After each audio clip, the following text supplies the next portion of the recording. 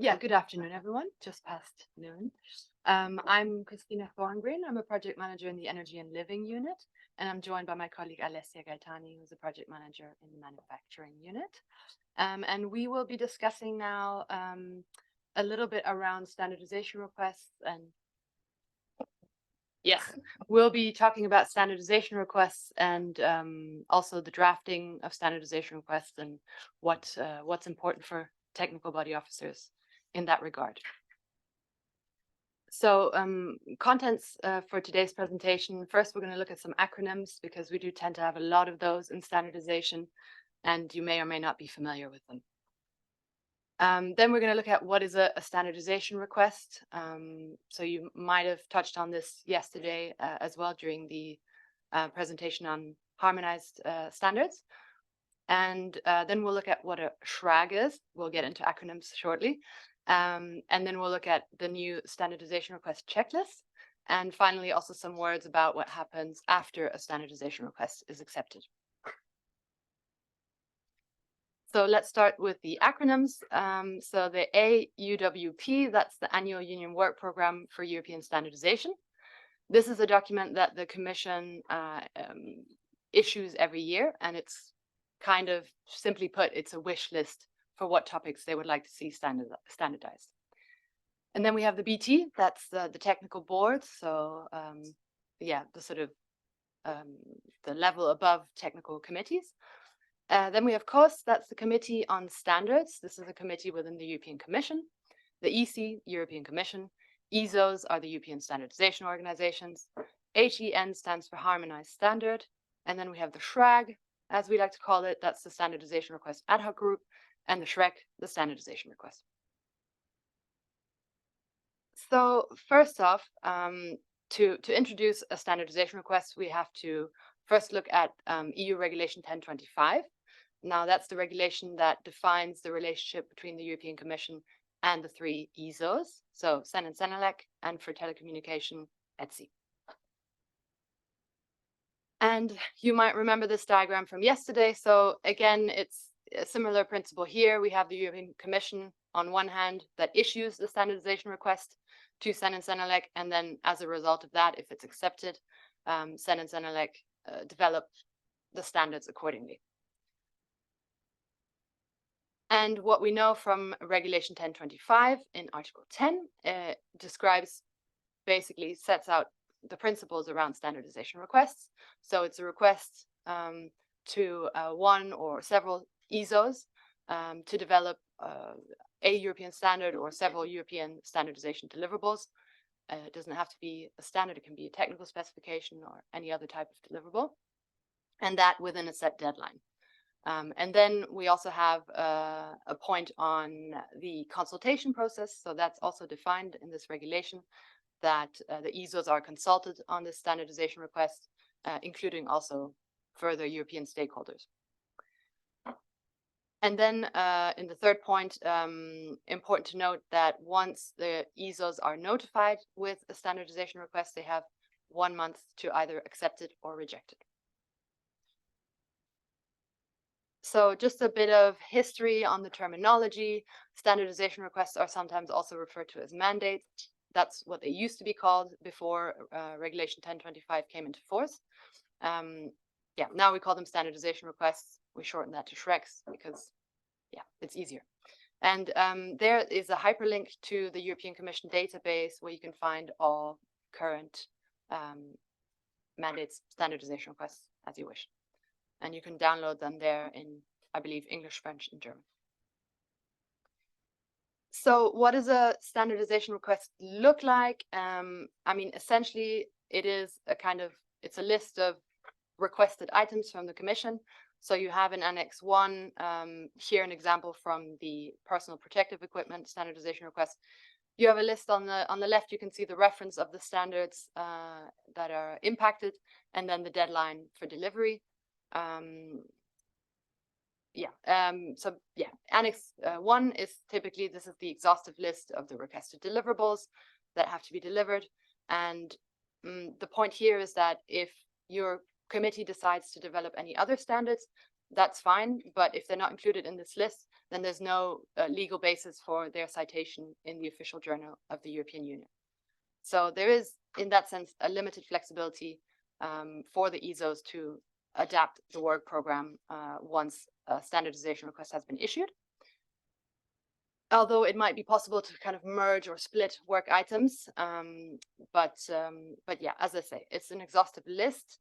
And in this example here for personal protective equipment, in fact, the request is about revising existing standards and then also continuing work on standards that have already, started their development. So it depends on the topic and the legislation and what the Commission kind of needs, in each case. So in terms of adding more standards to the list, it's important to note that that's not such a straightforward procedure. So it's really important to, basically the take-home message is to have a very good sense of what deliverables you can commit to, because if you're trying to add them later on, you may or may not be able to do that. Essentially, if there are any, if there's any desire to add more deliverables, then it's something you have to inform your sectoral project manager of, and then it can be, maybe negotiated with the Commission, but not necessarily. And they then need to take appropriate steps. So it's something that you have to keep an eye out for, and usually, if you wanted to add more deliverables, that would mean an amendment to the standardization request, and that's, as I'll go into a bit later, it's not an easy procedure. Certainly not a quick one. So please be proactive here and pay close attention to any changes. The same goes for wanting to maybe adjust the scope of a deliverable. Sometimes you realize later on, we need to extend the scope or reduce it, whatever the case may be. Same goes for extending deadlines. It happens, but the most important thing is to inform the Commission, because a standardization request, once accepted, it's basically a contract between SEN and Senelec and the Commission. So it's important to keep the communication lines open. And then the Commission can take appropriate action based on this information. And this is an example, from the space heating appliances standardization request. Once again, I mean, the message is, please let us know if you think there are any changes happening, both time-wise or content-wise.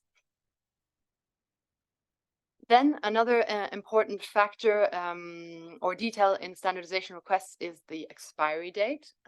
So this is because a standardization request is the legal framework for the European Commission to accept standards from the ESOs and to also potentially cite them in the official journal. And so once a standardization request expires, then that legal framework ceases to exist. So again, very important to keep an eye out for any delays. If need be, then the standardization request can maybe be amended, and then you can still continue to offer your standards for citation. Yes. So as I was saying, if you needed to amend an existing standardization request, whether it's adding additional standards, extending the deadline, or even extending the expiry date of the standardization request itself, make sure you contact your sectoral project manager.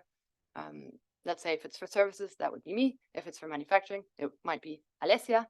And then we will also communicate with the relevant desk officer at the Commission. And so really changing an existing standardization request means, or amending it means, it's almost like a completely new standardization request. So it's not a quick exercise. Something really to bear in mind, and the reason for that is that a standardization request has the legal status of a Commission implementing decision, and so that type of document, it goes through a full approval process. It has to go to an inter-service consultation, for example, and it also goes to the COS, which is the Committee on Standards, which is where the member states are represented. So that happens in the first round, and if there are any changes to the SReq, then it will happen.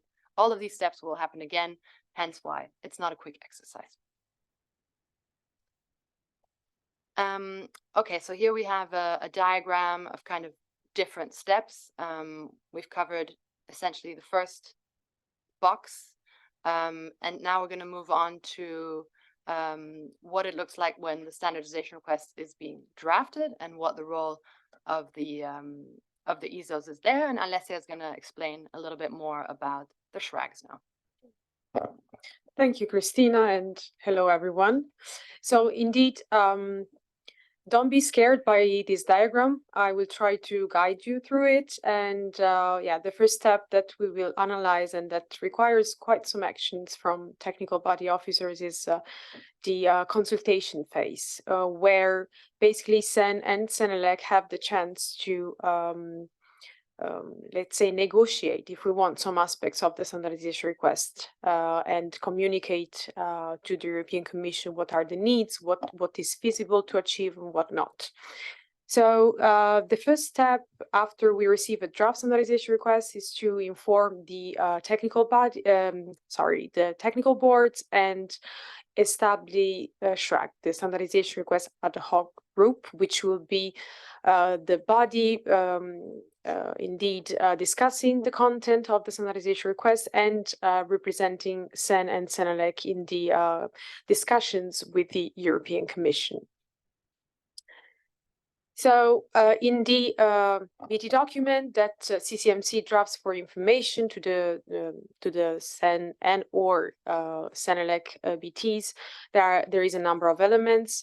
Of course, there is the full documents or standardization request that we have received from the European Commission, so that everybody can look at that. We also try always to draw your attention to points that might be critical, but of course this would be the main job of the SReq. And we launch a call for SReq members, and we will see later what is the composition of the SReq. We announced the first meeting, which is an online meeting. It has always been the case. And also we give a deadline for submission of comments, and you will see that quite often the deadlines are tight because the European Commission requests us to provide comments in a tight with the tight timeline, but usually it's 4 weeks. I mean, not less than 4 weeks. But okay, it's important to keep an eye to this kind of documents. And of course, there is a folder either on the SEN documents or the SENELEC collaboration platform where everything is stored and all the communications are going through. So normally we don't exchange by emails, but through those channels. Looking at the composition, by the way, as I think I put here, the terms of reference, the link that you this is the link to the terms of reference where you find basically what I'm explaining now, and also the composition is there explained. There is a number of stakeholders represented. Of course, national experts are the predominant part of the group, and they are appointed by the SENBT members and SENELEC permanent delegates, so they represent the national positions in this group. There are also representatives of the concerned technical bodies, so normally the technical bodies that would be in charge of developing the deliverables, and it is very important that they are there. Usually it's the chair and secretary, but also working group conveners and secretaries. And once, normally when the BT document is dispatched, the CCMC program manager will also inform the TC secretary to invite the TC in appointing people. So it's important to really to have everybody on board. And we have a number of other stakeholders, including ISO and IEC, if necessary, if it's parallel work or if it's topics that are really of international interest. It might be that there are also representatives from the European Commission. Usually they are invited on a need basis, let's say. Sometimes they can provide explanations or background explanations on why certain things are there, and you will have the chance to also ask questions. There is a convener steering the discussions. Usually it's the TC chair if there is only one TC. Otherwise, normally we manage to have discussions and to come to a conclusion, but the election of the convener takes place during the first meeting of the SReq. And then CCMC provides the secretariat. And so, yeah, the project manager in charge of that sector will be the secretary of the group. This let's say this group is can change over the time, and we always encourage, you know, people to join if they have if they can contribute and have something to share. So let's say the task or the objectives of the SReq are indeed to steer the preparatory work that will lead to the final standardization request. Inputs can be given on a number of things that are, of course, pertinent to the standardization request. We usually try to avoid going into details of the legislation and why, I don't know, the legislation should be changed in regards to this and that. That's not our job. But I think the 4 elements that we should focus on in a SReq are those that I listed. As Christina was saying before, the list that is provided in the standardization request is prescriptive. It's not like in old times with mandates where there was quite some flexibility to change the list. So it's important that SReq members focus on this list and on the titles as well, to make sure that the technical bodies involved can actually deliver this list. And of course, the deadlines associated to the single deliverables should also be taken into consideration. So they should be realistic. In certain cases, the Commission urges us to deliver in short period of time, which can be possible, but a thorough assessment should be done by the technical bodies involved. It's important also when there are more TCs involved in the work and when the scope is not that straightforward to agree during the SReq meetings on who will do what. We cannot get to the final point with the BT acceptance where we don't know who will develop the deliverables, because this exposes to the risk that nobody will develop the deliverables, which we should avoid at all costs. And another thing that you should think about is if you need financial support to develop this work. As we will see later, the acceptance of the standardization request cannot be linked to any other condition. We cannot say to the European Commission, yes, we will accept this standardization request only if you give us money to develop the work. We cannot do that, but if you believe that the work cannot be done without financial support, then you should flag it. And then there is a number of things that might jeopardize the development of the standardization request and its acceptance. So again, you are invited to flag it to CCMC that will flag it to the European Commission. And one last task that you as SReq member will be requested to do before the SReq is, let's say, disbanded, is to provide a recommendation to the technical boards for acceptance or rejection. And once the standardization request is accepted or rejected, it could be the case that the SReq will be disbanded. So let's say it's your last chance to speak out if you want. There will be a number of meetings for the SReq, which is variable. It could be that in one meeting everything is solved. There is quite some alignment with the European Commission on the deliverables and the requirements, or it could be, I had cases where we had, I don't know, 5, 6, 7 meetings. discussing the comments, and there can be also back and forth with the European Commission. You know, we send our comments, they send the draft back, and so on. And the comments are collected through a template, which I guess you are accustomed to.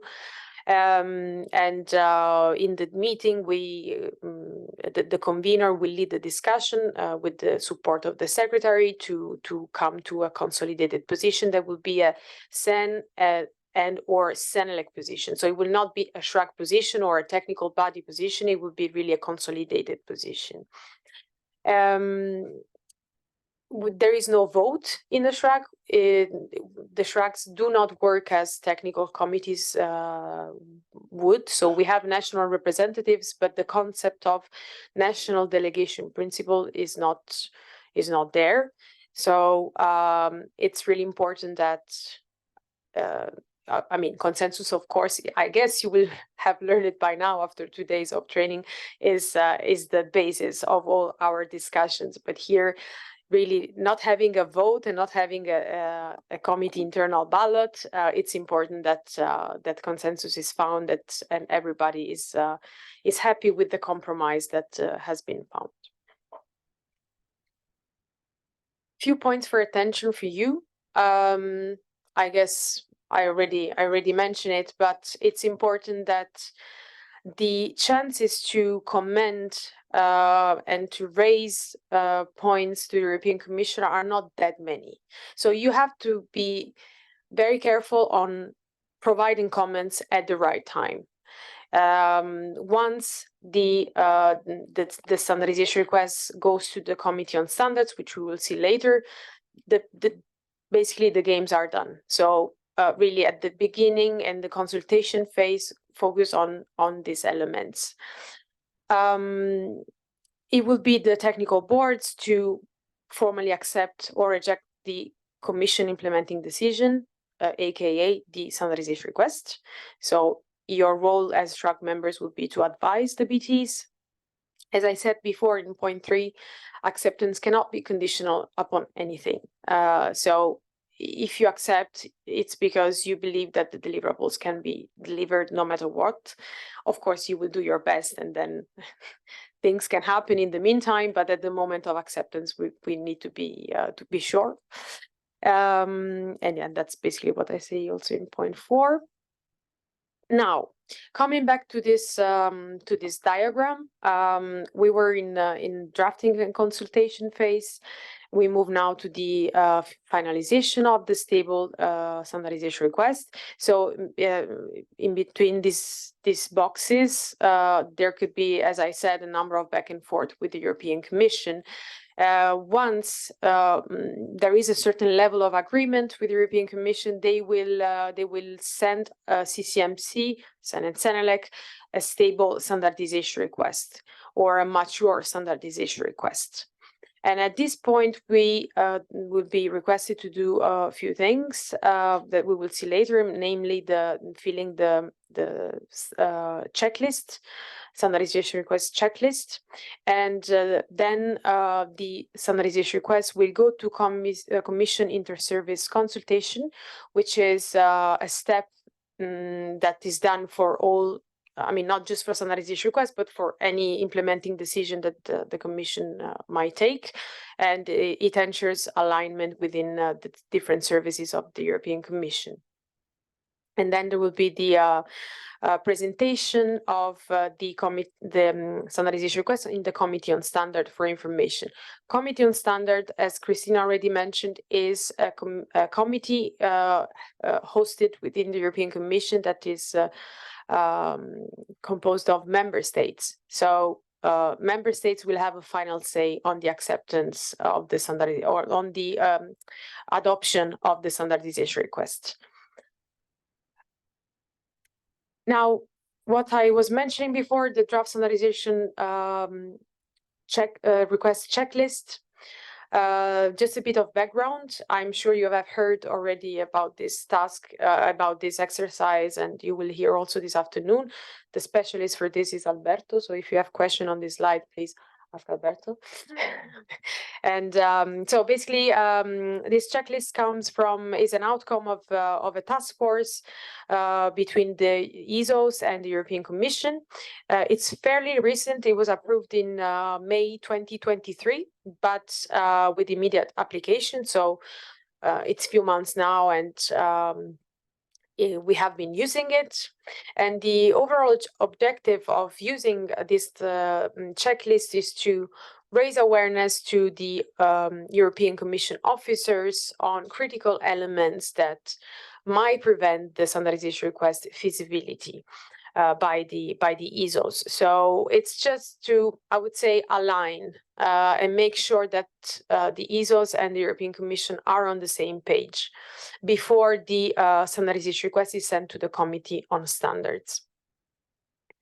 This is this is part of the checklist.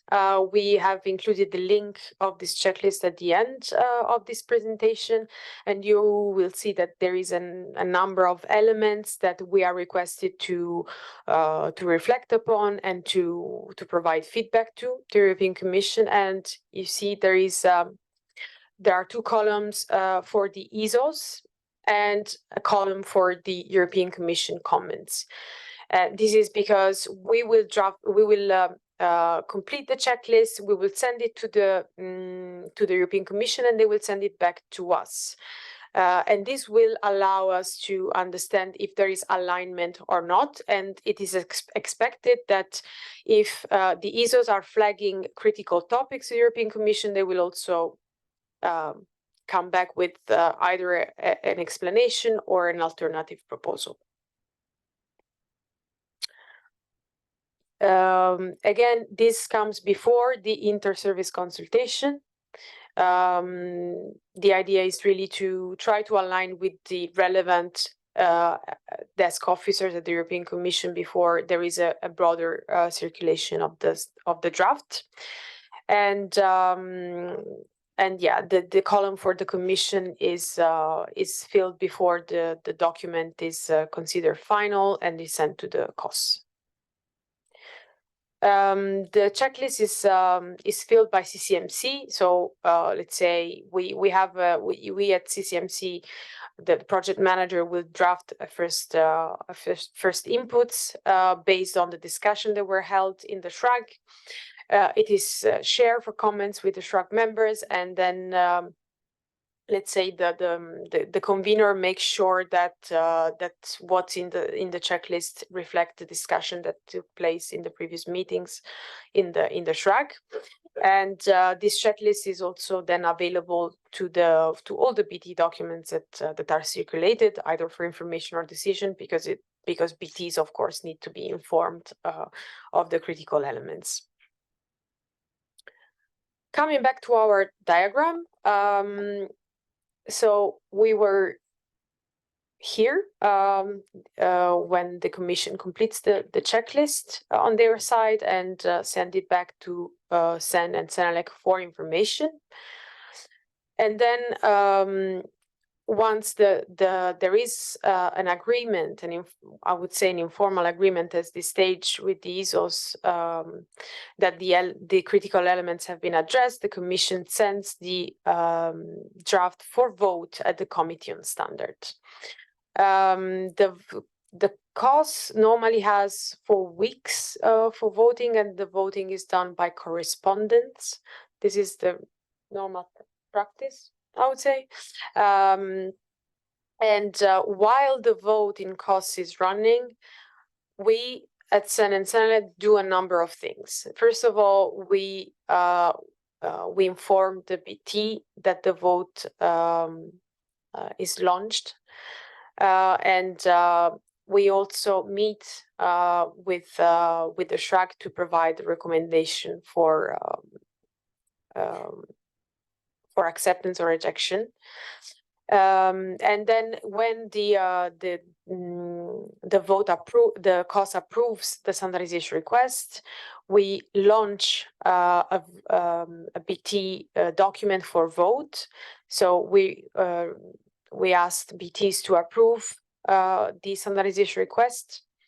Of course, if the the vote that cost is negative, then the European Commission will have to take action, and this is why we do not launch the vote in the BTs before we know that the member states are on board. And then, well, there is the adoption of the implementing act. I remind you that the standardization request is an implementing act. And this is why all the member states need to give their approval. I mean, the majority, I guess it's done by majority, need to give their approval. It's a weighted vote. Thank you, Alberto. And then the ISOs are finally notified of the acceptance. And what's important to keep in mind, Christina flagged it at the very beginning because it's in the regulation itself, is that SEN and SENELEC will have 1 month to accept or reject the standardization request. So it's important both for CCMC and for the technical bodies involved, the SReq involved, to take quick action when the standardization request is adopted. I will give the floor back to Christina for the steps after the acceptance. Thank you, Alessia. Yes, so indeed, as you can see on this diagram, there's a couple more things that happen after acceptance. So we thought it was important to cover those as well today. Yeah, so actually, again, referring to the standardization request itself, they do follow a common template. So what we see oftentimes is that Article 2 will have information on, for example, what are the responsible technical bodies to do the work, what are the deliverables, titles, scope, and then also the timeline, deadlines, and so on for making the deliverables available. And then in Article 3, we will see information about, what happens in case there are any delays, what needs to happen then, what happens if, I don't know, the scope of a deliverable needs to change. Anything like that is covered in Article 3 typically. And the first step after acceptance, in my experience, I think it's three months, but I guess it can vary. 3 months after acceptance, we submit a work program to the Commission. So here we really sort of fix, the deliverables, who's going to do what in case there are several technical bodies doing the work. That needs to be submitted. And then on an annual basis, we do annual reports. And so this is really independent of any, let's say, reporting you would do for financial reasons. It might be that you have a standardization request and you then subsequently obtain funding. That's great, but you will have to do separate reporting for that. So a standardization request, again, we enter into a contract with the Commission, and so it's necessary to report on the work. On an annual basis, usually it says in the standardization request kind of what date each year. And then based on the expiry date, you will have a final report to submit as well. But I mean, I would say, don't feel like this is too much work. We tend to warn you in advance when we have to submit this. We tend to send you previous examples. So, we try to lighten the burden. And it's luckily once a year. So, and that basically, yes. So PC secretaries are the ones providing the input here, and then your sectoral project manager will go over it and also obtain internal signatures and submit the report to the Commission.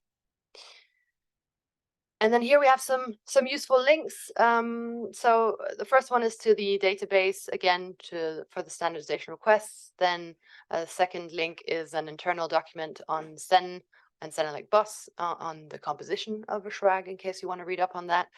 And also the checklist, in case you want to review that as well. And then some sources, mostly European Commission material.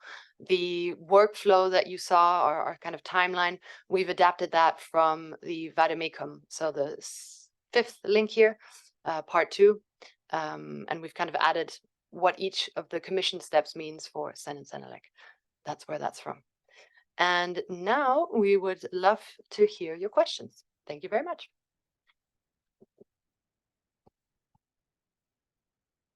Yeah, thank you for the informative presentation. Learned a lot on the SR process.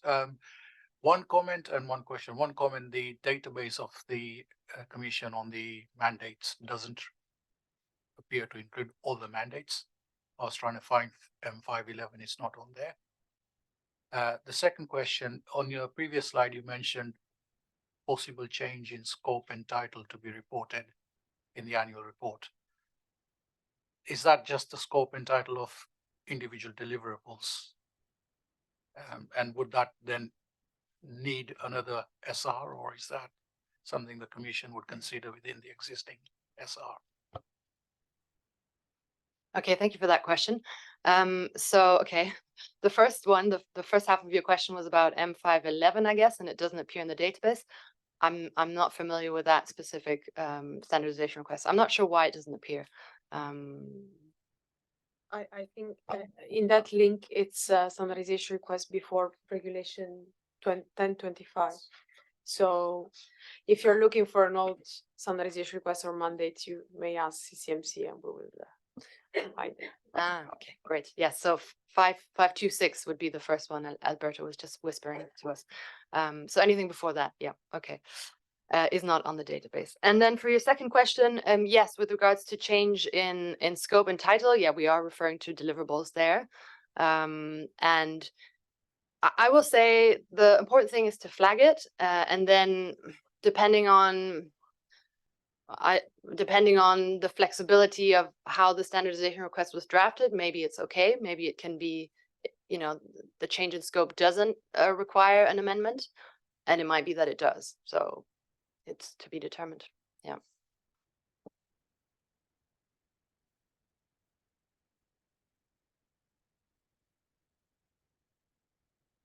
Right.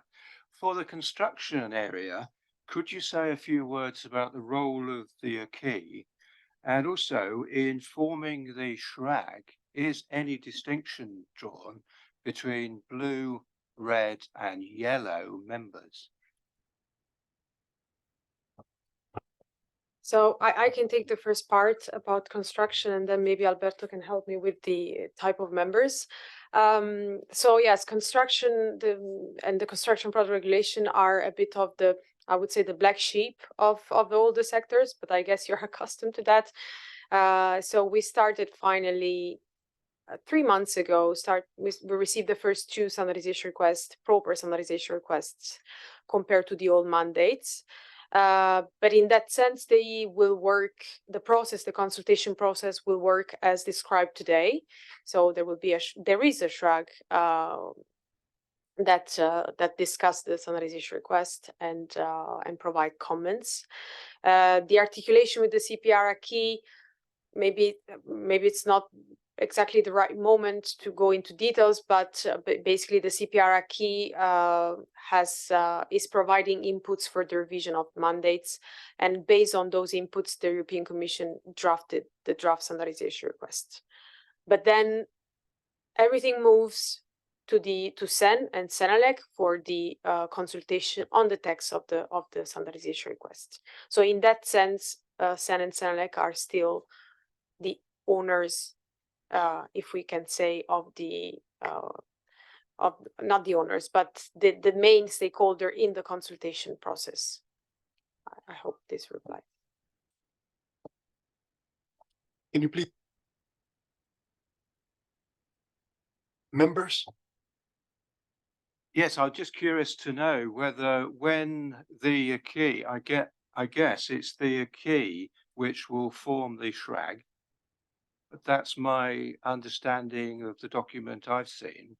And in doing so, will there be any distinction between blue, red, and yellow members?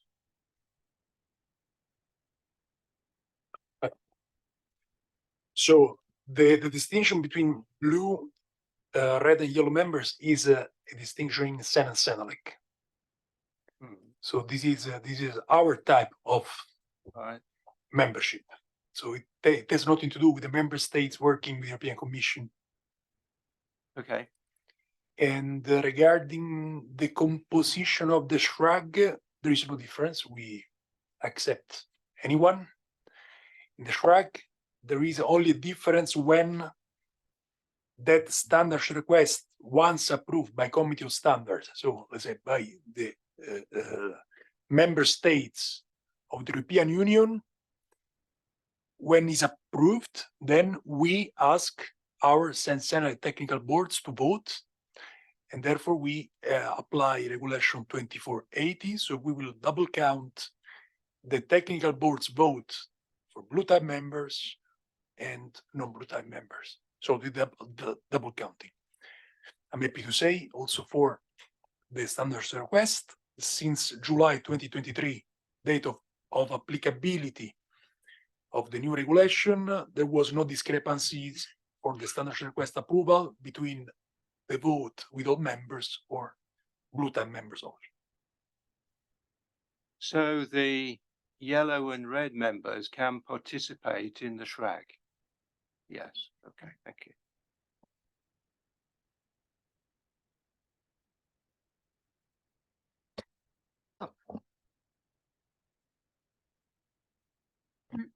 So the standardization requests we receive now, they are very detailed. That means that there might be some topics under, and even several topics for one standard to be updated or changed. Do you have already now received some responses or input from the Commission when a committee is not able to make these changes to the standards that were requested? Or is it too early? I know that we are supposed to give input on that to the Commission in the annual report, but have we received any feedback from them when we say that we are not able to provide what they are asking?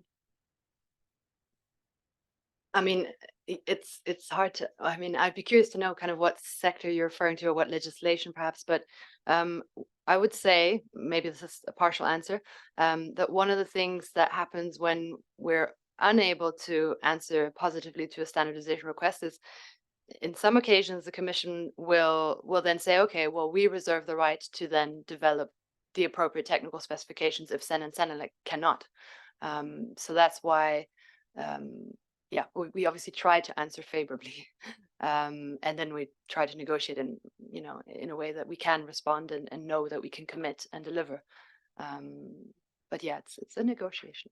Yeah.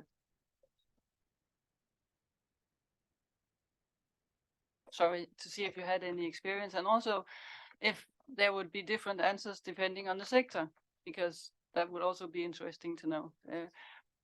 I know that all technical bodies, of course, they would do their utmost to deliver what they are asked for. But sometimes when experts discuss for months and they come to no conclusion, or so. I mean, it's not because we don't want to, I'm sure, but there are always a reason.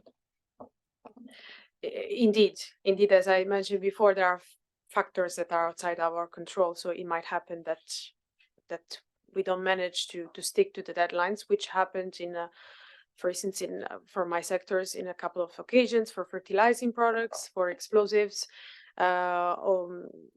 We realized that we would not be able to deliver on time, and we used the annual reports to flag this European Commission, plus all the informal exchanges that we have on a weekly basis, I would say, with the desk officers. And the outcome in those two cases was an amendment of the standardization request, where we have aligned deadlines in order to make sure that not only we could publish the deliverables, but also offer them for citation and have a legal basis for the citation to happen in the OJ. So, and we see this more and more, I would say. Amendments are becoming the rule rather than the exception, as it was just 2-3 years ago.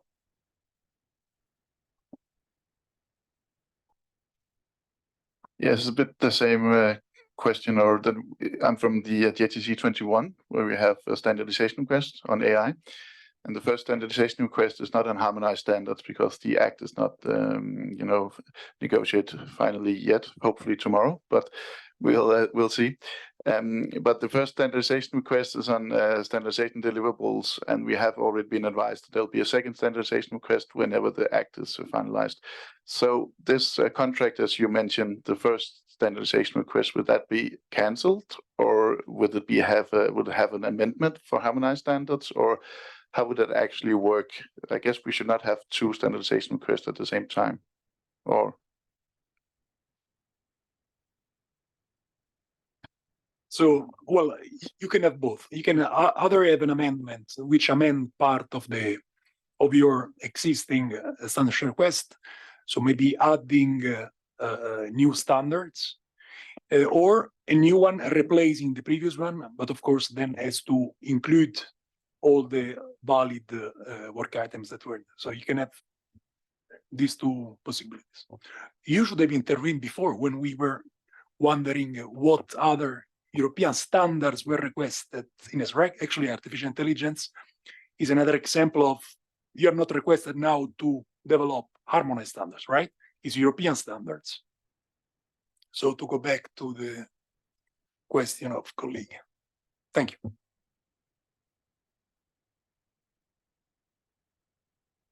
Yeah, just one final question. Coming back to the expiry date and not being able to offer anything new, I assume that only applies to those mandates which are on the database. So anything previous to 5 to 6 doesn't really fall in the same. So for example, when I said 511, which is the LVD mandate, we can keep offering new standards, even though it doesn't have an expiry date and it's in the old situation, right?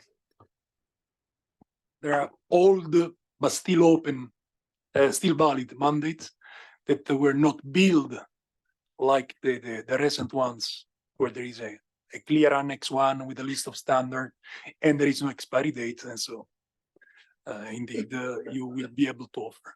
Until the Commission one day will decide to have a new standard request replacing the old M511, or for instance, also machinery. It will be a big list, and we are very curious to see how the Commission will manage, because in 2018, we have recommended the Commission not to go for this model of standards request with a prescriptive list in Annex 1 with hundreds of standards that are listed there. So, but now being a Commission planning decision, we understand that the legal service of the Commission look into it, and so it was a legal Commission service, I would say, obligation to structure the request in this way. And so we expect amendments, more and more amendments, also for the existing ones.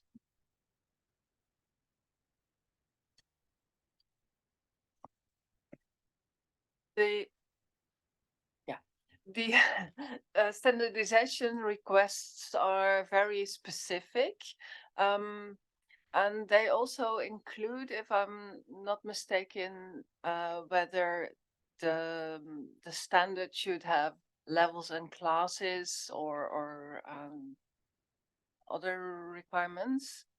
And is it the SReq that decides what the levels and classes will be? Or advises what? Maybe better. Is it for construction? It is for construction, yes. Not my specialty. Yes, Annette, I can see that you're going very deep into construction methods. No, but indeed, no, from what we understand, but of course we don't have many examples yet because we just received the first two drafts. Probably, I mean, levels and classes will be defined in delegated acts by the European Commission.